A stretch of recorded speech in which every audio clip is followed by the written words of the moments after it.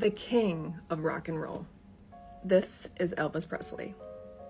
Elvis Presley is one of the most notable figures in music history. He had raw talent, charisma, and really revolutionized rock and roll. Many still love his classic hits such as Hound Dog and Jailhouse Rock, as well as his many movies. Elvis had very humble beginnings. He was born in Tupelo, Mississippi, and grew up in this home. He then moved to Memphis when he was 13 years old with his family. His music career began in 1954 at Sun Records in Memphis, Tennessee, at the hands of Sam Phillips. He eventually signed with RCA and went on to sell 10 million singles within a year. Elvis became the face of the newly popular rock and roll, and his career took off. He went on to marry Priscilla in 1967, and they had a daughter, Lisa Marie Presley. There was an age gap between these two. When they got married, she was 21 and he was 31. They ended up divorcing in 1973 as infidelities and stresses from his career plagued the marriage. The pressures of early stardom and a heavy work schedule were hard for Elvis. He turned to prescription drugs, some to keep him awake and going, and then others to help him relax and sleep. In the early days, his manager actually pushed him to use these drugs, Colonel Tom Parker. Many blame him for pushing the young star beyond his limits and taking advantage of him. Colonel Tom Parker viewed Elvis as a money machine and not a human being. Throughout the years, Elvis maintained a big career with hit music and hit movies, but with a failed marriage and pressures to stay young and energetic in that industry, Elvis really struggled. By 1976, Elvis became unhinged due to years of drug use. He wasn't interested in making music and was reportedly consuming enough calories to feed several people every day.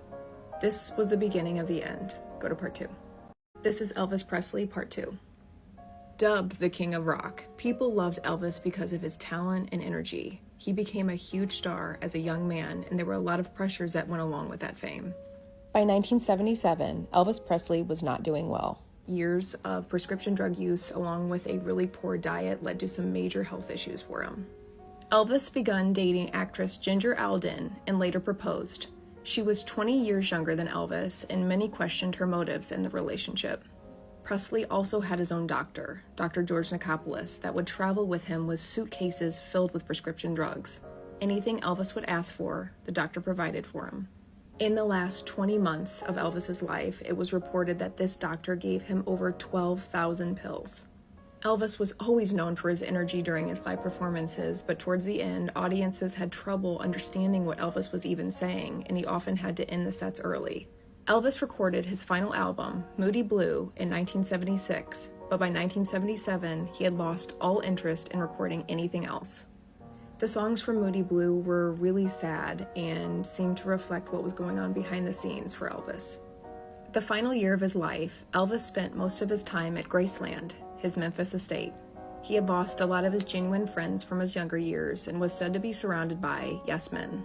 One of his only true friends at the time of his passing was his live-in nurse, Letitia Henley. She wrote in her book that Elvis was miserable, he was upset about his aging and not having a woman he loved. He missed Priscilla.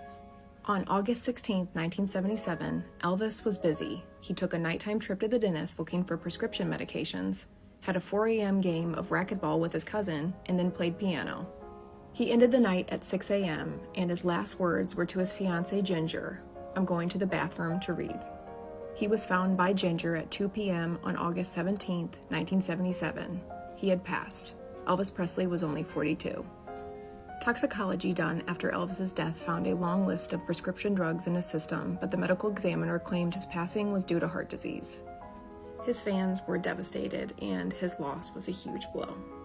Elvis's legacy continues to live on through his music and movies, and if you're in Memphis, stop by Graceland. It's open for visitors.